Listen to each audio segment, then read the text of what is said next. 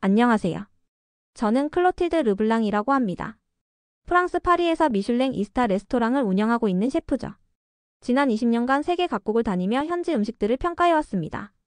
뉴욕타임스, 르피가로 등 유명 매체에서 제 리뷰를 연재할 정도로 업계에서 인정받는 미식 평론가이기도 하고요. 그런데 솔직히 말씀드리면 저에게는 하나의 확고한 신념이 있었습니다. 진정한 요리는 서구에서만 나온다는 것이었죠. 이런 생각을 갖게 된 계기가 있었습니다. 제가 13살 때였어요. 아버지가 중국 출장을 다녀오신 후 심한 식중독에 걸리셨거든요. 며칠간 병원에 입원하셔야 했을 정도로 심각했습니다. 그때 아버지가 하신 말씀이 아직도 기억나요. 클로틸드, 동양 음식은 위생 개념이 다르다. 절대 함부로 먹으면 안 된다. 그 이후로 저는 아시아 음식에 대해 본능적인 거부감을 갖게 되었습니다. 대학 시절에도 중국 유학생이 만든 음식을 먹고 배탈이 났던 기억이 있고요. 르 코르동 블루에서 요리를 배울 때도 교수님들은 정통 요리는 프랑스, 이탈리아에서 나온다고 가르치셨거든요. 그런 제가 왜 한국에 오게 되었을까요? 작년부터 파리의 미식계에서 이상한 소문이 돌기 시작했습니다. K푸드라는 것이 전 세계를 강타하고 있다는 거였어요. 김치, 불고기, 비빔밥 같은 음식들이 뉴욕과 런던에서 인기를 끌고 있다고 하더군요. 처음엔 그냥 일시적인 유행이라고 생각했습니다. 한류 드라마나 KPOP의 영향으로 생긴 일종의 문화적 호기심 정도로 여겼죠. 실제로 제가 맛본 몇 가지 한국 음식들은 너무 짜거나 자극적이었거든요. 하지만 미슐랭 가이드 본사에서 제게 특별한 임무를 맡겼습니다. 서울의 신흥 미식시장을 직접 분석해보라는 것이었어요. 솔직히 별로 내키지 않았지만 미슐랭의 아시아 진출 전략에 중요한 보고서가 될 것이라고 하더군요. 인천공항에 도착한 순간부터 저는 묘한 기분이 들었습니다. 공항 자체가 너무 깨끗하고 현대적이었거든요. 하지만 여전히 마음 한편으로는 생각했어요. 아무리 공항이 좋아봤자 음식은 다를 거야. 택시를 타고 호텔로 향하는 길에서 기사 아저씨가 친절하게 말을 걸어주셨습니다. 프랑스에서 왔다고 하니까 무척 반가워하시더군요. 그러면서 이런 말씀을 하셨어요. 한국 음식 맛있게 드세요. 우리나라 음식은 정말 몸에 좋아요. 저는 그냥 미소만 지었습니다. 속으로는 글쎄 올시다라고 생각하면서요. 호텔 체크인을 마치고 방에 들어간 후 저는 이번 출장의 계획을 다시 점검했습니다. 일주일 동안 서울의 주요 한식당들을 돌아보고 현지 셰프들과 인터뷰를 진행할 예정이었어요. 그리고 마지막에는 한국 요리의 전반적인 수준을 평가하는 보고서를 작성해야 했죠. 사실 저는 이미 결론을 내린 상태였습니다. 한국 음식은 서구의 정교한 요리 기법에 비해 투박하고 단순할 것이라고요. 김치처럼 발효된 음식들은 프랑스인들의 입맛에 맞지 않을 것이고 고추장이나 된장 같은 소스들은 너무 자극적일 것이라고 생각했어요. 그런데 그때의 저는 몰랐습니다. 이번 여행이 제 인생을 완전히 바꿔놓을 것이라는 사실을요. 제가 가진 모든 편견과 오만함이 산산조각 날 것이라는 것도 말이에요. 첫날 저녁 호텔 컨시어지가 추천해준 한식당으로 향했습니다. 마음속으로는 이미 혹평할 준비를 하고 있었죠. 하지만 그 식당에서 제가 본 것은 정말 예상치 못한 것이었습니다. 대체 그곳에서 무슨 일이 벌어졌을까요? 그리고 왜 저는 그 이후로 한국에 대한 생각이 완전히 바뀌게 되었을까요? 챕터 2 반찬이 음식이라고요? 그 첫 식사에서 받은 문화적 충격. 호텔에서 추천받은 한식당은 명동 근처의 작은 가게였습니다. 겉보기에는 그다지 특별해 보이지 않았어요. 프랑스의 미슐랭 레스토랑들과 비교하면 인테리어도 소박했고요. 들어서자마자 직원분이 정중하게 인사를 해주셨습니다. 자리에 앉으니 웨이터가 메뉴판을 가져다 주더군요. 저는 불고기 정식을 주문했습니다. 가장 대표적인 한국 음식이라고 들었거든요. 그런데 음식이 나오기도 전에 뭔가 이상한 일이 벌어졌습니다. 테이블 위에 작은 접시들이 하나둘씩 놓이기 시작한 거예요. 김치, 나물, 콩자반, 멸치볶음. 도대체 몇 개나 나오는 건지 세어볼 수도 없었습니다. 처음에는 당황스러웠어요. 이게 뭐지? 내가 주문한 건 불고기 정식 하나뿐인데? 프랑스에서는 에피타이저를 따로 주문해야 하거든요. 그런데 여기서는 아무것도 시키지 않았는데 이렇게 많은 음식들이 나오는 거였어요. 저는 웨이터에게 물어봤습니다. 실수하신 것 같은데요. 저는 불고기 정식만 주문했어요. 그러자 웨이터가 미소를 지으며 대답했어요. 아니에요. 이건 다 반찬이에요. 한국에서는 음식과 함께 나오는 기본 찬이거든요. 반찬이라고요? 저는 더욱 혼란스러웠습니다. 이 작은 접시들 하나하나가 프랑스에서라면 각각 하나의 요리로 취급받을 만한 것들이었거든요. 특히 김치는 발효 과정을 거친 복잡한 음식이잖아요. 이런 걸 그냥 공짜로 주는 거야? 솔직히 처음에는 좀 무시하는 마음이 있었습니다. 공짜로 주는 것들이니까 수준이 높지 않을 거라고 생각했어요. 프랑스에서는 품질 좋은 재료와 정교한 조리법에는 반드시 그에 상응하는 가격이 따르거든요. 그런데 옆 테이블을 보니 정말 신기한 광경이 펼쳐지고 있었습니다. 한 가족이 앉아 있었는데 할머니부터 어린 손자까지 모두가 이 작은 반찬들을 무척 소중히 드시고 있었어요. 특히 할머니가 손자에게 하시는 말이 인상 깊었습니다. 민수야, 나물도 좀 먹어라. 몸에 좋다. 그리고 아버지가 어머니께 말씀하시는 모습도 봤어요. 여보, 이 김치 정말 잘 익었네. 맛있어. 저는 그 모습을 보며 묘한 기분이 들었습니다. 이 사람들은 이 작은 반찬들을 마치 메인 요리만큼이나 중요하게 여기고 있었거든요. 그때 식당 사장님이 제 테이블로 오셨습니다. 중년의 온화한 인상을 가진 분이었어요. 외국에서 오셨나 보네요. 한국 음식 처음 드셔보시는 거예요? 네, 프랑스에서 왔습니다. 요리를 하는 사람이에요. 아, 그러시군요. 그럼 우리 음식이 좀 낯설 수도 있겠어요. 하지만 한국에서는 이 반찬들이 굉장히 중요해요. 사장님은 친절하게 설명해 주셨어요. 한국 사람들에게 밥상은 단순히 배를 채우는 게 아니에요. 가족을 위한 존중이자 사랑의 표현이거든요. 이 작은 반찬 하나하나에도 만드는 사람의 정성이 들어가 있어요. 존중이라고요? 사랑의 표현이라고요? 저는 처음 듣는 이야기였습니다. 프랑스에서는 음식을 예술의 관점에서 바라보거든요. 셰프의 창의성과 기술력을 중시하죠. 하지만 여기서는 완전히 다른 철학이 있는 것 같았어요. 그때 드디어 불고기가 나왔습니다. 달콤한 간장 양념에 재워진 소고기가 지글지글 끓고 있는 돌솥에 담겨 나왔어요. 향은 나쁘지 않았습니다. 하지만 저는 여전히 의심스러웠어요. 이 반찬들을 정말 먹어야 하는 건지 말이에요. 특히 김치는 냄새가 너무 강했거든요. 발효된 냄새가 코를 찔렀어요. 옆 테이블의 할머니가 제게 말을 걸어오셨습니다. 아가씨, 김치 안 드셔요? 아직 안 익숙하실 수도 있는데 한 번만 드셔보세요. 처음엔 맵지만 계속 먹다 보면 단맛도 나거든요. 저는 정중하게 고개를 끄덕였지만 속으로는 생각했어요. 글쎄요. 이런 자극적인 음식이 제 입맛에 맞을지. 그런데 이상한 일이 벌어졌습니다. 불고기를 먹는데 자꾸 반찬들이 눈에 들어오는 거예요. 다른 테이블 사람들은 모두 메인 요리와 반찬을 조화롭게 먹고 있었거든요. 어떤 아저씨는 불고기 한 점을 먹고 나서 나물을 한 젓가락 드시고 또 김치를 한 점 드시고. 마치 정해진 리듬이 있는 것 같았어요. 혹시 내가 뭔가 놓치고 있는 건 아닐까? 처음으로 그런 생각이 들었습니다. 지금까지 저는 한국 음식을 제대로 이해하지 못하고 있었던 건 아닐까요? 챕터 3 시장에서의 뜻밖의 질문. 프랑스도 반찬 있나요? 다음날 아침 저는 광장시장을 방문했습니다. 현지 음식 문화를 제대로 이해하려면 재래시장을 봐야 한다고 생각했거든요. 프랑스에서도 마르쉐를 자주 다녔으니까요. 시장에 들어서자마자 엄청난 활기에 압도되었습니다. 온갖 나물들, 젓갈류, 김치, 그리고 제가 이름도 모르는 수많은 식재료들이 가득했어요. 상인들의 큰 목소리와 손님들의 흥정하는 소리가 뒤섞여서 정말 생동감 넘쳤죠. 그런데 무엇보다 놀라운 건 반찬 가게들이었습니다. 어제 식당에서 봤던 그 작은 반찬들이 여기서는 하나하나 전문적으로 팔리고 있었거든요. 김치만 해도 배추김치, 깍두기, 총각김치, 백김치. 종류가 정말 다양했어요. 한 김치 가게 앞에서 구경하고 있는데 할머니 한 분이 저에게 말을 걸어오셨습니다. 아가씨, 외국 사람이지? 김치 구경하는 거야? 네, 프랑스에서 온 요리사입니다. 그러자 할머니가 무척 반가워하시며 물어보셨어요. 그럼 프랑스도 우리나라처럼 반찬 같은 게 있나요? 순간 저는 말문이 막혔습니다. 프랑스에도 반찬이 있냐고요? 생각해보니까 프랑스에는 그런 개념이 없었어요. 물론 사이드 디시나 가르니티르 같은 게 있긴 하지만 그건 별도로 주문하는 것들이었거든요. 아니요. 저희는 메인 디시를 중심으로 식사를 해요. 할머니가 고개를 끄덕이시며 말씀하셨어요. 아, 그렇구나. 그럼 좀 심심하겠네. 우리는 밥 한 그릇에도 이렇게 여러 가지를 함께 먹거든. 그래야 맛도 좋고 영양도 골고루 섭취할 수 있어. 그 말을 듣고 저는 뭔가 이상한 기분이 들었습니다. 심심하다고요? 프랑스 요리가 심심하다는 뜻인가요? 다른 가게들을 둘러보면서 저는 점점 더 많은 의문이 생겼습니다. 나물을 파는 가게에서는 고사리, 도라지, 시금치, 콩나물.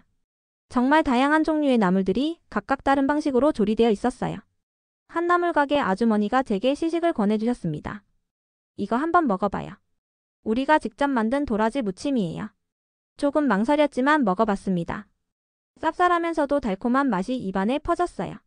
생각보다 나쁘지 않았습니다. 어때요? 맛있죠? 이런 나물들이 우리 밥상에는 항상 올라가거든요. 매일 먹어도 안 질려요. 매일 먹어도 안 질린다고요?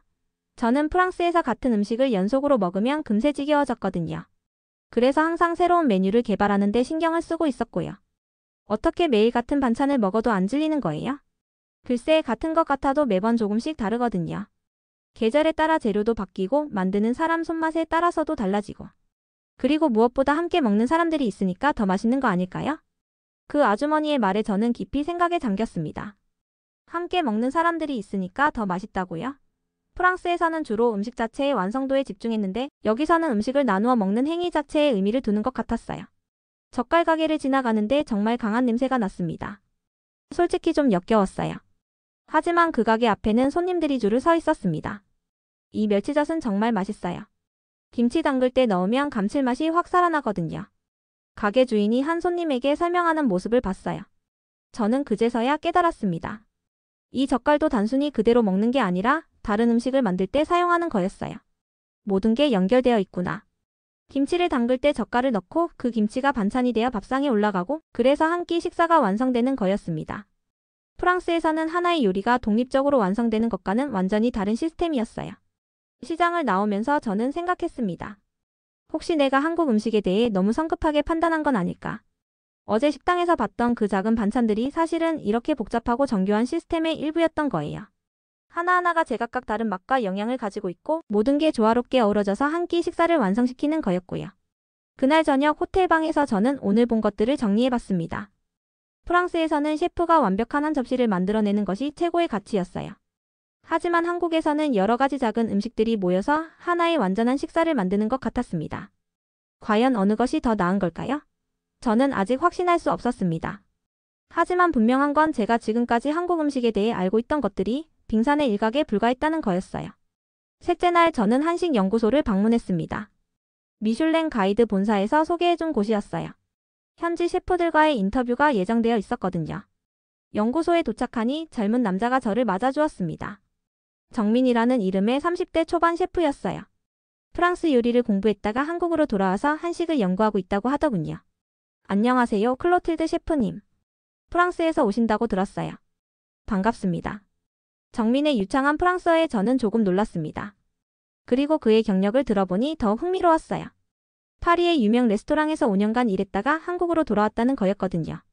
왜 프랑스 요리를 포기하고 한식으로 돌아오셨나요? 제가 궁금해서 물어봤습니다. 프랑스에서 성공하고 있었는데 굳이 한국으로 돌아올 이유가 있었을까 싶어서요. 정민이 잠시 생각하더니 대답했어요. 포기한 게 아니에요. 오히려 찾아낸 거죠. 진짜 제가 하고 싶었던 요리를 말이에요. 무슨 뜻인가요? 프랑스에서 일할 때는 항상 뭔가 부족함을 느꼈어요. 완벽한 기술은 있었지만 마음이 담기지 않는다고 해야 할까요? 그런데 한국에 돌아와서 어머니가 차려주신 밥상을 보는 순간 깨달았어요. 요리에는 기술만 있는 게 아니라 마음이 담겨야 한다는 걸요. 마음이 담겨야 한다고요? 저는 그 말의 의미를 정확히 이해할 수 없었습니다. 구체적으로 어떤 의미인가요? 정민이 미소를 지으며 설명해 주었어요. 클로틸드 셰프님, 프랑스에서는 요리를 어떻게 바라보세요? 예술이죠. 셰프의 창의성과 기술력으로 완벽한 한 접시를 만들어내는 것이 최고의 가치라고 생각해요. 맞아요. 저도 그렇게 생각했었거든요. 하지만 한국의 반찬 문화를 다시 보면서 깨달았어요. 반찬은 마음을 나누는 방식이에요. 마음을 나눈다고요? 네. 한국의 어머니들은 가족 구성원 각자의 취향과 건강을 생각하며 반찬을 준비해요. 아버지는 짠 것을 좋아하니까 젓갈을, 아이는 단 것을 좋아하니까. 콩자반을, 할머니는 소화가 안 되시니까 부드러운 나물을. 이렇게 한 상에 모든 가족의 마음을 담는 거예요. 그 말을 듣고 저는 뭔가 가슴이 뜨끔했습니다. 프랑스에서는 주로 개인의 취향에 맞는 요리를 각자 주문하거든요. 하지만 여기서는 한 상에 모든 사람을 배려한 음식들이 다 올라가는 거였어요. 그래서 한국 사람들은 밥을 혼자 먹는 걸 싫어해요. 반찬은 나누어 먹을 때 의미가 있거든요. 정민이 연구소 내부를 안내해주면서 계속 설명했어요. 벽면에는 다양한 반찬들의 조리법과 영양 성분이 정리되어 있었습니다. 봐요, 이 김치만 해도 유산균이 풍부해서 소화에 도움이 되고 나물들은 각각 다른 비타민과 무기질을 함유하고 있어요. 그리고 무엇보다 이 모든 걸 매일 새로 만들어서 가족에게 제공하는 거죠. 매일 새로 만든다고요? 저는 놀랐습니다. 프랑스에서는 미리 준비해둔 소스나 재료들을 사용하는 경우가 많거든요. 정민 씨 어머니도 매일 반찬을 만드시나요? 네, 물론이죠. 어머니는 새벽 5시에 일어나서 그날 먹을 반찬들을 준비하세요. 아버지가 좋아하는 시금치나물, 제가 좋아하는 멸치볶음, 그리고 계절에 맞는 김치까지. 새벽 5시에 일어나서 가족을 위해 반찬을 만든다고요? 저는 상상도 할 수 없었습니다. 프랑스에서는 대부분 간단한 아침 식사로 하루를 시작하거든요. 힘들지 않으세요? 처음에는 저도 그렇게 생각했어요. 프랑스에 있을 때는 어머니가 왜 그렇게 복잡하게 사시는지 이해가 안 됐거든요. 하지만 지금은 알겠어요. 그게 사랑의 표현이라는 걸요. 그때 정민이 저에게 제안했어요. 오늘 저녁에 시간 되시면 저희 집에 초대하고 싶어요. 어머니가 직접 차려주시는 한국 밥상을 경험해보시면 좋을 것 같아서요. 저는 잠시 망설였습니다. 사실 아직도 한국 음식에 대한 거부감이 완전히 사라진 건 아니었거든요. 특히 김치 같은 발효 음식들은 여전히 부담스러웠어요. 하지만 호기심이 더 컸습니다. 정민의 말을 듣고 보니 한국의 반찬 문화에 대해 좀 더 알고 싶어졌거든요. 좋습니다. 초대해 주셔서 감사해요. 그날 오후 정민은 저를 김치 만들기 체험에 데려갔습니다. 연구소에서 진행하는 프로그램이었어요. 직접 김치를 만들어 보시면 왜 한국 사람들이 김치를 그렇게 좋아하는지 이해하실 수 있을 거예요. 솔직히 처음에는 냄새 때문에 고생했어요. 젓갈과 마늘, 생강이 강한 냄새가 코를 찔렀거든요. 하지만 정민이 차근차근 설명해 주니까 조금씩 이해가 되기 시작했습니다. 김치는 단순히 절인 배추가 아니에요. 발효 과정을 통해 유산균이 생성되고 그 과정에서 깊은 맛이 우러나오는 거죠. 그리고 계절마다 담그는 시기가 다르고 지역마다 재료와 방법도 달라요. 김치를 담그면서 저는 그 복잡함에 놀랐습니다. 배추를 절이는 시간부터 양념을 버무리는 방법, 발효시키는 온도까지 모든 게 정교했어요. 이건 분명히 예술이었습니다. 이렇게 정교한 과정을 거쳐서 만든 김치를 그냥 반찬이라고 부르는 게 맞나요? 제가 물어보자 정민이 웃으며 대답했어요. 그게 바로 한국 음식 문화의 특징이에요. 정교하고 복잡한 과정을 거쳐서 만들어도 그걸 특별하게 여기지 않아요. 일상의 일부로 받아들이는 거죠. 그 말을 듣고 저는 뭔가 깊은 감동을 받았습니다. 프랑스에서는 복잡한 요리일수록 더 비싸고 특별한 것으로 취급받거든요. 하지만 여기서는 그런 정성스러운 음식을 매일 가족과 나누어 먹는 거였어요. 김치 만들기를 마치고 나니 손에서 마늘과 젓갈 냄새가 났습니다. 처음에는 좀 거부감이 들었지만 이상하게도 그 냄새가 싫지만은 않았어요. 뭔가 정성스러운 느낌이 들었거든요. 이제 정말로 저희 집에 가볼까요? 어머니가 기다리고 계실 거예요. 정민의 집으로 향하면서 저는 긴장과 기대가 뒤섞인 마음이었습니다. 과연 정민의 어머니가 차려주시는 밥상은 어떤 모습일까요? 그리고 저는 정말로 한국 음식의 진정한 의미를 이해할 수 있을까요? 정민의 집은 서울 외곽의 아파트 단지에 있었습니다. 현관문을 열자마자 구수한 냄새가 코끝을 스쳤어요. 된장찌개 끓는 냄새와 갓 지은 밥 냄새가 어우러져서 정말 포근한 느낌이었습니다. 어머니, 손님 모셔왔어요. 정민이 큰 소리로 말하자 안에서 중년 여성이 나오셨어요. 온화한 미소를 지으신 분이었습니다. 어머나, 정말 예쁘게 생기셨네요. 프랑스에서 오셨다고 들었어요. 멀리서 와주셔서 고마워요. 정민 어머니의 따뜻한 인사에 저는 마음이 편해졌습니다. 그리고 거실로 들어가는 순간 정말 놀라운 광경을 목격했어요. 식탁 위에 차려진 밥상이 장관이었습니다. 된장찌개에 불고기, 생선구이부터 시작해서 크고 작은 반찬들이 빼곡히 놓여 있었어요. 김치, 시금치나물, 콩나물, 멸치볶음, 계란말이, 무생채. 정말 10가지가 넘는 반찬들이 있었습니다. 이 모든 걸 혼자서 만드신 거예요? 저는 믿을 수 없다는 표정으로 물어봤어요. 프랑스에서라면 이 정도 음식을 준비하려면 최소 3-4명의 셰프가 필요할 거예요. 당연하죠. 손님이 오신다고 하니까 아침부터 준비했어요. 별거 아니에요. 별거 아니라고요? 저는 더욱 놀랐습니다. 이 모든 음식을 하루 아침에 준비했다는 거예요? 그때 고등학생으로 보이는 딸이 방에서 나왔습니다. 언니, 안녕하세요. 저는 정민 오빠 동생 지은이에요. 활발하고 밝은 아이였어요. 그리고 아버지도 퇴근해서 들어오셨죠. 반갑습니다. 정민이가 프랑스 셰프님이 오신다고 해서 기대하고 있었어요. 온 가족이 모여 앉으니 식탁이 더욱 따뜻해 보였습니다. 그런데 제가 놀란 건 다른 거였어요. 이 모든 반찬들이 각자의 이야기를 갖고 있다는 거였거든요. 정민 어머니가 하나하나 설명해 주셨어요. 이 시금치나물은 정민이가 어릴 때부터 좋아했던 거예요. 참기름이랑 마늘을 조금만 넣어서 무치면 단맛이 나거든요. 이 멸치볶음은 지은이가 좋아해요. 처음에는 멸치를 안 먹으려고 했는데 이렇게 달콤하게 볶아주니까 잘 먹더라고요. 그리고 이 김치는 작년 겨울에 담근 거예요.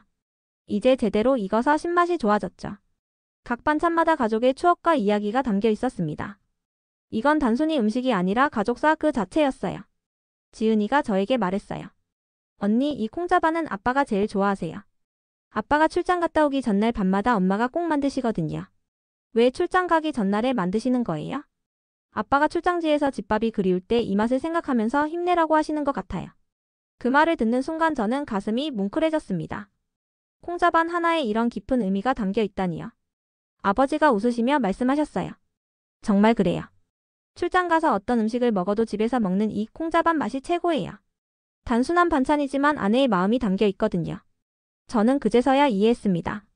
한국의 반찬은 단순히 음식이 아니었어요. 가족에 대한 사랑과 배려, 그리고 함께 나누는 시간의 의미가 담겨 있었던 거죠. 식사를 시작하니 더욱 놀라운 일이 벌어졌습니다. 가족들이 서로를 챙기는 모습이었어요. 아빠, 이 생선 삶아는 부분 드세요. 지은아, 시금치도 좀 먹어라. 철분이 부족하다고 했잖아. 정민아, 너 요즘 야근 많이 하니까 멸치볶음 많이 먹어. 칼슘 보충해야지. 각자가 서로를 생각하며 음식을 권하는 모습이 정말 아름다웠어요. 프랑스에서는 주로 자신의 접시에 있는 음식만 먹거든요. 하지만 여기서는 모든 반찬이 공동의 것이었고 서로 나누어 먹는 게 당연한 일이었어요. 그런데 무엇보다 제 마음을 움직인 건 정민 어머니의 한마디였습니다. 클로틸드 씨, 많이 드세요. 프랑스 음식이 그리우실 텐데 우리 음식이 입에 맞을지 모르겠어요. 하지만 정성만큼은 프랑스 어머니들과 다르지 않을 거예요. 정성만큼은 다르지 않다고요? 그 말을 듣는 순간 저는 뭔가 뭉클한 감정이 올라왔습니다. 이 어머니는 저를 위해 하루 종일 준비해 주셨던 거였어요. 처음 만나는 외국인을 위해서 말이에요. 정말 맛있어요. 이렇게 정성스러운 식사를 해본 적이 없어요. 제가 진심으로 말하자 가족들이 모두 기뻐했습니다. 특히 정민 어머니의 얼굴에 환한 미소가 번졌어요. 그럼 다행이에요. 우리 음식이 낯설 수도 있는데 잘 드셔주셔서 고마워요. 그날 저녁 저는 정말 많은 것을 깨달았습니다. 한국의 반찬 문화는 단순히 음식을 나누어 먹는 것이 아니었어요. 가족에 대한 사랑과 배려, 그리고 함께하는 시간의 소중함을 표현하는 방식이었던 거죠. 프랑스에서는 완벽한 한 접시를 추구했다면 한국에서는 불완전할 수도 있는 여러 접시가 모여서 완벽한 하나의 식탁을 만드는 거였어요. 그리고 그 식탁을 둘러싼 사람들의 마음이 진짜 중요한 거였고요. 식사가 거의 끝나갈 무렵 정민 어머니가 뜨거운 김치찌개를 한 그릇 더 떠주셨습니다. 클로틸드 씨, 이 김치찌개 한번 드셔보세요. 우리 집 대표 요리예요. 솔직히 저는 지금까지 김치찌개를 제대로 먹어본 적이 없었어요. 냄새가 너무 강해서 항상 피해왔거든요. 하지만 이 따뜻한 가족의 정성을 받고 나니 더 이상 거부할 수가 없었습니다. 네, 한번 먹어볼게요. 저는 조심스럽게 숟가락을 들었습니다. 빨간 국물이 펄펄 끓고 있었고 김치와 돼지고기, 두부가 어우러져 있었어요. 향이 정말 강했지만 이상하게도 거부감보다는 호기심이 더 컸습니다. 첫 숟가락을 입에 넣는 순간 저는 완전히 놀랐습니다. 매콤한 맛이 혀끝을 자극했지만 그 안에서 깊고 복합적인 맛이 느껴졌어요. 김치의 신맛과 돼지고기의 고소함, 그리고 된장의 구수함까지. 이 모든 맛이 조화롭게 어우러져서 지금까지 경험해본 적 없는 깊이를 만들어내고 있었습니다. 어떠세요? 정민이 조심스럽게 물어봤어요. 이건 정말 놀라워요. 이렇게 복잡한 맛이 날 줄 몰랐어요. 저는 진심으로 감탄했습니다. 프랑스 요리에서도 이런 깊이 있는 맛을 내려면 엄청난 기술과 시간이 필요한데 이 김치찌개는 단순해 보이면서도 그 이상의 풍미를 가지고 있었어요. 정민 어머니가 기뻐하시며 말씀하셨어요. 정말요? 처음 드시는 거라 걱정했는데 다행이네요. 이 김치찌개는 작년 겨울에 담근 신김치로 끓인 거예요. 김치가 적당히 익어야 이런 깊은 맛이 나거든요. 신김치라고요? 저는 김치가 시간이 지나면서 맛이 변한다는 걸 몰랐어요. 그냥 절인 배추인 줄 알았거든요. 김치가 시간에 따라 맛이 달라지나요? 물론이죠. 갓 담근 김치는 아삭하고 상큼해서 그대로 먹기 좋고 조금 익은 김치는 찌개나 볶음에 쓰고 완전히 신김치는 김치찜이나 김치전에 써요. 같은 김치라도 용도가 다 달라요. 저는 감탄했습니다. 하나의 김치가 시간의 흐름에 따라 여러 가지 요리로 변신하는 거였어요. 이건 단순한 발효가 아니라 시간을 이용한 요리 기법이었습니다. 지은이가 옆에서 말했어요. 언니, 엄마 김치찌개는 정말 최고예요. 저희 아빠도 이것만 있으면 밥 3그릇도 드실 수 있어요. 아버지가 웃으시며 고개를 끄덕이셨어요. 정말 그래요. 회사에서 점심 먹을 때도 집에서 이 김치찌개 생각이 나요. 아무리 비싼 식당을 가도 우리 집 김치찌개만 못해요. 그 말을 듣고 저는 뭔가 깊은 감동을 받았습니다. 이 평범해 보이는 김치찌개 한 그릇이 한 가족에게는 그 어떤 고급 요리보다 소중한 거였어요. 저는 한 숟가락 더 떠먹었습니다. 이번에는 처음보다 훨씬 맛있게 느껴졌어요. 매운맛에 익숙해지니까 그 뒤에 숨어있던 깊은 감칠맛이 더 잘 느껴졌거든요. 정말 신기해요. 먹을수록 더 맛있어지는 것 같아요. 정민이 설명해 주었어요. 한국 음식의 특징이에요. 처음에는 낯설 수 있지만 계속 먹다 보면 중독성이 있어요. 특히 김치찌개는 그런 대표적인 음식이죠. 저는 그제서야 이해했습니다. 왜 한국 사람들이 매일 같은 반찬을 먹어도 질리지 않는지 말이에요. 이 음식들은 단순히 맛만 있는 게 아니라 먹을수록 새로운 맛의 층위를 발견할 수 있는 음식이었던 거예요. 정민 어머니가 저에게 밥을 덮어주시며 말씀하셨어요. 클로틸드 씨, 잘 드시는 모습만 봐도 뿌듯해요. 요리하는 사람으로서 이보다 더 큰 기쁨은 없어요. 잘 드시는 모습만 봐도 뿌듯하다고요? 그 말을 듣는 순간 저는 가슴이 뭉클해졌습니다. 프랑스에서는 주로 요리의 완성도나 평가에 신경을 썼는데 여기서는 음식을 먹는 사람의 행복이 더 중요한 거였어요. 정말 감사해요. 이런 따뜻한 식사를 경험하게 해주셔서요. 저는 진심을 담아 말했습니다. 그리고 놀랍게도 제가 그 김치찌개를 한 그릇 다 비웠어요. 평소라면 절대 일어날 수 없는 일이었죠. 식사를 마치고 설거지를 도우려고 하는데 정민 어머니가 만류하셨어요. 손님이 설거지를 하시면 어떻게 해요? 앉아서 쉬세요. 하지만 저는 꼭 도와드리고 싶었어요. 이 가족의 따뜻함에 조금이라도 보답하고 싶었거든요. 괜찮아요. 프랑스에서도 설거지는 자주 해요. 함께 설거지를 하면서 정민 어머니와 더 많은 이야기를 나눴습니다. 클로틸드 씨는 프랑스에서 가족과 함께 식사하세요? 가끔요. 하지만 보통은 각자 따로 먹는 경우가 많아요. 스케줄이 다르기도 하고. 아, 그렇구나. 우리는 웬만하면 함께 모여서 먹으려고 해요. 바빠도 저녁만큼은 가족이 모이는 시간이거든요. 가족이 모이는 시간이라고요? 저는 그 말에 깊이 공감했습니다. 오늘 저녁 이 가족과 함께한 시간이 정말 소중하게 느껴졌거든요. 정민이 저를 호텔까지 바래다 주면서 말했어요. 오늘 어머니가 정말 기뻐하셨어요. 클로틸드 셰프님이 우리 음식을 맛있게 드셔주셔서요. 저도 정말 감사했어요. 한국 음식에 대해 완전히 새로운 시각을 갖게 되었어요. 호텔방에 돌아와서 저는 오늘 있었던 일들을 정리해봤습니다. 겨우 며칠 전까지만 해도 한국 음식을 무시했던 제가 오늘은 김치찌개 한 그릇을 완전히 비웠어요. 그리고 그 한 그릇에서 가족의 사랑과 정성을 느꼈습니다. 더 이상 음식을 단순히 맛으로만 평가할 수 없게 되었어요. 음식 뒤에 숨어있는 사람들의 마음과 이야기가 더 중요하다는 걸 깨달았거든요. 그날 밤 저는 오랜만에 정말 편안한 마음으로 잠들 수 있었습니다. 그리고 꿈에서는 정민 어머니의 따뜻한 미소와 그 맛있었던 김치찌개가 계속 생각났어요. 다음날 아침 저는 한국 방문 마지막 일정으로 유명한 한식 연구가이자 요리학과 교수인 김성훈 박사님과의 인터뷰가 예정되어 있었습니다. 미슐랭 가이드 본사에서 꼭 만나보라고 추천한 분이었어요. 김 박사님은 60대 중반의 온화한 인상을 가진 분이었습니다. 서울대학교 식품영양학과에서 30년간 한국 음식 문화를 연구해오신 권위자였죠. 클로틸드 셰프님, 한국에서의 일주일은 어떠셨나요? 정말 놀라운 경험이었어요. 솔직히 처음에는 한국 음식에 대해 편견이 있었는데 지금은 완전히 달라졌습니다. 김 박사님이 미소를 지으시며 말씀하셨어요. 그렇다면 다행이네요. 많은 외국인들이 한국 음식을 처음 접할 때 비슷한 경험을 하시거든요. 특히 서구 요리 문화에 익숙한 분들일수록 더욱 그렇죠. 네, 맞아요. 특히 반찬 문화가 정말 충격적이었어요. 왜 한국 사람들은 이렇게 많은 반찬을 만들어서 함께 나누어 먹는 건가요? 김 박사님이 차분하게 설명해 주셨어요. 한국의 반찬 문화는 단순히 음식을 나누는 것 이상의 의미가 있어요. 이는 우리 민족의 철학과 깊이 연결되어 있거든요. 어떤 철학인가요? 바로 더불어 살기의 철학입니다. 한국 사람들은 예로부터 혼자 잘 사는 것보다 함께 잘 사는 것을 더 중요하게 여겨왔어요. 그것이 바로 밥상에 그대로 반영된 거죠.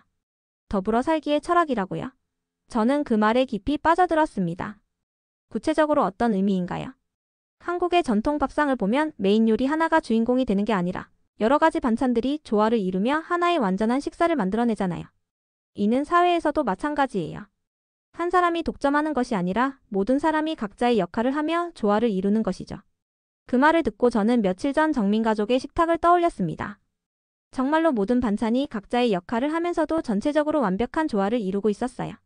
그렇다면 왜 김치나 장류 같은 발효 음식이 이렇게 발달한 건가요? 좋은 질문이네요. 발효는 시간과 인내를 필요로 하는 과정이에요. 당장 먹을 수는 없지만 기다리면 더 좋은 것이 된다는 믿음이 있는 거죠. 이는 한국인의 미래에 대한 희망과 끈기를 상징하기도 해요. 시간과 인내라고요? 저는 갑자기 김치를 담그며 느꼈던 그 정성스러운 과정이 생각났습니다. 김 박사님이 계속 말씀하셨어요. 그리고 한국의 음식 문화에서 가장 중요한 건 정이에요. 한국 사람들이 음식을 나누는 것은 단순히 배고픔을 해결하는 게 아니라 마음을 나누는 행위거든요. 정이라고 하시면 서로를 아끼고 배려하는 마음이죠. 한국의 어머니들이 가족을 위해 반찬을 만들 때 그 안에는 건강하게 잘 먹었으면 좋겠다는 간절한 마음이 담겨 있어요. 그래서 한국 음식은 맛뿐만 아니라 마음까지도 따뜻하게 만드는 거예요. 그 순간 저는 눈물이 날 것 같았습니다. 정민 어머니가 하루 종일 준비해주신 그 밥상, 그리고 잘 드시는 모습만 봐도 뿌듯해요라고 하셨던 그 말씀이 이제야 완전히 이해되었거든요. 박사님, 저는 지금까지 음식을 예술의 관점에서만 바라봤어요. 셰프의 기술과 창의성이 최고라고 생각했죠. 하지만 한국에서는 완전히 다른 가치관이 있는 것 같아요. 맞아요. 서구의 요리 문화가 개인의 창의성과 예술성을 중시한다면 한국의 음식 문화는 관계와 소통을 중시해요.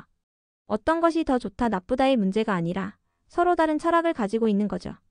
김 박사님의 말씀을 듣고 저는 완전히 새로운 깨달음을 얻었습니다. 지금까지 저는 제 기준으로만 음식을 평가했었어요. 하지만 음식에는 그 나라의 문화와 철학이 고스란히 담겨 있다는 걸 이제야 알게 되었죠.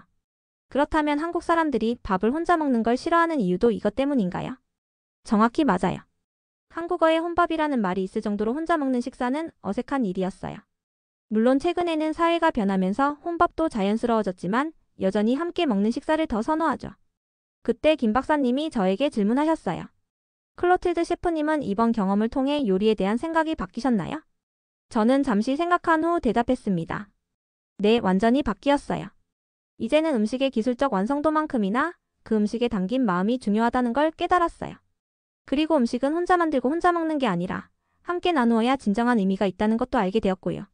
김 박사님이 만족스러운 표정을 지으셨어요. 그럼 프랑스로 돌아가셔서도 이런 철학을 적용해 보실 건가요? 네, 꼭 그러고 싶어요. 제 레스토랑에도 한국의 반찬 문화를 접목해 보고 싶어요. 물론 프랑스 방식으로 재해석해서 말이에요.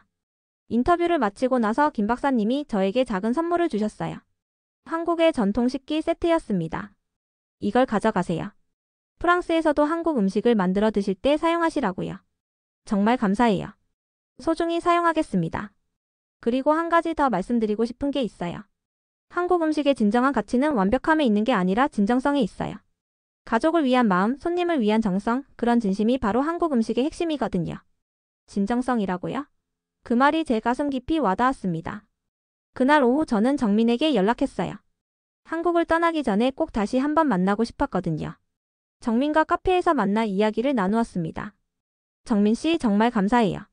덕분에 한국 음식의 진정한 의미를 알게 되었어요. 저도 기뻐요. 클로틸드 셰프님이 우리 음식을 이해해 주셔서요.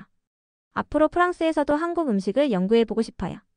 그리고 기회가 되면 다시 한국에 와서 더 배우고 싶고요. 정민이 환하게 웃으며 말했어요. 언제든 환영이에요. 그때는 더 많은 한국 음식을 소개해드릴게요. 그리고 정민 씨 어머니께 꼭 감사하다고 전해주세요. 그분의 밥상이 제 인생을 바꿔놓았어요. 카페를 나오면서 저는 한국에서의 마지막 밤을 맞이했습니다. 일주일 전에 저와는 완전히 다른 사람이 되어 있었어요. 한국 음식에 대한 편견은 완전히 사라졌고 대신 깊은 존경과 감사의 마음이 생겼습니다. 내일이면 프랑스로 돌아가야 했지만 저는 이미 다음 한국 방문을 계획하고 있었어요. 그리고 제 레스토랑에서 어떻게 한국의 철학을 구현할지도 구상하고 있었고요. 인천공항에서 출국 수속을 밟으면서 저는 복잡한 감정에 빠져 있었습니다. 일주일 전 이곳에 도착했을 때의 제가 부끄러웠거든요. 그때는 한국 음식을 무시하고 깔봤는데 이제는 정말 많은 것을 배우고 가는 것 같았어요. 가방 안에는 김 박사님이 주신 한국 전통 식기와 정민 어머니가 싸주신 김치가 들어 있었습니다. 프랑스에서도 우리 김치 생각나면 드세요라고 하시며 정성스럽게 포장해 주셨던 그 마음이 아직도 따뜻했어요. 비행기 안에서 저는 이번 출장 보고서를 정리했습니다. 미슐랭 가이드 본사에 제출할 한국 미식시장 분석 보고서였어요. 하지만 일주일 전에 예상했던 것과는 완전히 다른 내용이 되어버렸죠. 한국의 음식 문화는 단순히 맛의 차원을 넘어선 철학적 깊이를 가지고 있다. 반찬 문화로 대표되는 나눔의 정신과 김치, 창류로 이어지는 시간과 정성의 가치는 서구의 요리 문화와는 완전히 다른 접근법을 보여준다. 저는 보고서에 이렇게 썼습니다. 그리고 마지막에 이런 문장을 추가했어요. 한국 음식은 미슐랭 가이드가 추구하는 새로운 가치관을 제시할 수 있는 중요한 문화적 자산이다. 단순한 기술적 완성도를 넘어서 음식에 담긴 마음과 철학을 평가하는 새로운 기준이 필요하다. 파리에 도착한 후 저는 바로 제 레스토랑으로 향했습니다. 일주일 동안 부재 중이었는데 직원들이 잘 운영해 주었더군요. 클로틸드, 한국 출장은 어땠어? 수셰프인 피에르가 물어봤어요. 정말 놀라운 경험이었어. 한국 음식에 대해 완전히 새로운 시각을 갖게 되었어. 그래? 어떤 점이? 음식은 혼자 만들고 혼자 먹는 게 아니라 함께 나누는 거라는 걸 깨달았어. 그리고 기술적 완성도만큼이나 마음이 중요하다는 것도. 피에르가 의아한 표정을 지었어요. 당연했죠. 지금까지 저는 완벽한 기술과 혁신적인 플레이팅만을 추구해 왔거든요. 그날 저녁 저는 중대한 결정을 내렸습니다. 제 레스토랑의 메뉴를 일부 개편하기로 한 거예요. 피에르, 새로운 메뉴를 개발해보자. 한국의 반찬 개념을 우리 방식으로 재해석해서 말이야. 반찬이라고 하면 여러 가지 작은 요리들을 함께 내서 손님들이 나누어 먹을 수 있게 하는 거야. 각각은 완전하지 않아도 전체적으로는 완벽한 조화를 이루는 그런 코스 말이야. 피에르는 처음에 의구심을 가졌지만 제가 한국에서 경험한 것들을 자세히 설명해 주니까 점점 관심을 보이기 시작했어요. 흥미롭네. 그럼 메인 디시 하나에 집중하는 게 아니라 여러 가지 작은 요리들의 조화를 중시하는 거구나. 정확해. 그리고 무엇보다 중요한 건 그 음식들을 함께 나누어 먹는다는 점이야. 다음 날부터 저는 새로운 메뉴 개발에 몰두했습니다. 한국에서 배운 것들을 프랑스 요리에 접목시키는 작업이었어요. 김치에서 영감을 받아 프랑스식 발효 채소를 만들어봤고 반찬 문화에서 착안해서 여러 가지 작은 요리들을 한 번에 내는 쉐어링 플레이트를 개발했어요. 그런데 무엇보다 중요한 변화는 제 마음가짐이었습니다. 이전에는 요리를 만들 때 어떻게 하면 더 혁신적이고 완벽하게 만들까만 생각했는데 이제는 이 음식을 먹는 사람들이 행복해할까를 먼저 생각하게 되었어요. 2주 후 새로운 메뉴를 런칭했습니다. PARTAG 코엔이라는 이름을 붙였어요. 한국어로 나눔을 의미하는 PARTAG와 한국을 뜻하는 코엔을 합친 이름이었죠. 첫날부터 반응이 폭발적이었습니다. 손님들이 음식을 나누어 먹으면서 자연스럽게 대화가 늘어났고 식당 분위기가 훨씬 따뜻해졌어요. 한 달 후 파리의 유명 미식 평론가가 저희 레스토랑을 방문했습니다. 르피가로의 음식 전문 기자인 마르크 디퐁이었어요. 클로틸드, 이 새로운 컨셉트가 정말 흥미롭네요. 어디서 영감을 받으신 거예요? 한국에서요. 한국의 반찬 문화에서 많은 것을 배웠어요. 한국이라고요? 예상외네요. 구체적으로 어떤 점에서 영감을 받으셨나요? 한국 사람들은 음식을 나누는 것을 단순히 배고픔을 해결하는 수단이 아니라 마음을 나누는 방식으로 여겨요. 그리고 완벽한 하나보다는 불완전한 여러 개가 모여서 완전한 하나를 만드는 철학이 있어요. 마르크가 감탄하며 메모를 했어요. 정말 철학적이네요. 그럼 이제 클로틸드 셰프님의 요리 철학이 바뀐 건가요? 네, 완전히 바뀌었어요. 이제는 기술적 완성도만큼이나 음식에 담긴 마음이 중요하다고 생각해요. 그리고 요리는 혼자 하는 예술이 아니라 함께 나누는 소통의 수단이라고 믿어요. 일주일 후 르피가로에 실린 기사는 파리 미식계에 큰 화제가 되었습니다. 미슐랭 이스타 셰프가 한국에서 발견한 새로운 요리 철학이라는 제목이었어요. 기사가 나간 후 많은 동료 셰프들이 저에게 연락해왔습니다. 대부분 호기심 어린 질문들이었어요. 정말 한국 음식에서 영감을 받은 거야? 반찬 문화가 그렇게 특별한가? 저는 그들에게 한국에서의 경험을 상세히 들려주었습니다. 정민 가족의 따뜻한 밥상, 김 박사님의 철학적 설명, 그리고 무엇보다 정민 어머니의 잘 드시는 모습만 봐도 뿌듯해요라는 말까지. 몇 달 후 저는 정민에게 편지를 썼습니다. 정민에게 안녕하세요. 파리의 클로틸드입니다. 한국을 떠난 지 3개월이 지났지만 아직도 그때의 감동이 생생해요. 덕분에 제 레스토랑이 완전히 새로워졌어요. 한국의 반찬 문화에서 영감을 받은 새로운 메뉴가 큰 성공을 거두고 있어요. 그리고 무엇보다 저 자신이 완전히 달라졌어요. 이제는 요리를 할 때마다 이 음식을 먹는 사람들이 행복해할까를 가장 먼저 생각해요. 당신의 어머니께서 가르쳐주신 것처럼 말이에요. 곧 다시 한국에 갈 계획이에요. 이번에는 더 많은 것을 배우고 싶어요. 그리고 어머니께 직접 감사 인사를 드리고 싶고요. 프랑스에서도 한국 음식의 철학을 전파하고 있어요. 많은 셰프들이 관심을 보이고 있어요. 정말 감사해요. 당신과 당신 가족 덕분에 제 인생이 바뀌었어요. 파리에서 사랑을 담아 클로틸드. 편지를 쓰고 나서 저는 창밖을 바라봤습니다. 파리의 거리는 여전히 아름다웠지만 이제는 다른 시각으로 보였어요. 사람들이 카페에서 함께 식사하는 모습, 가족들이 레스토랑에서 대화하는 모습들이 더욱 소중하게 느껴졌거든요. 그날 저녁 저는 제 레스토랑에서 마지막 손님을 배웅하며 생각했습니다. 음식은 단순히 배고픔을 해결하는 수단이 아니었어요. 사람과 사람을 이어주는 다리였고 마음을 전달하는 언어였으며 사랑을 표현하는 방식이었습니다. 한국에서 배운 것은 요리 기법이 아니라 삶의 철학이었어요. 그리고 그 철학이 제 요리와 제 인생을 완전히 바꿔놓았습니다. 이제 저는 확신합니다. 진정한 요리의 가치는 완벽함에 있는 것이 아니라 진정성에 있다는 것을.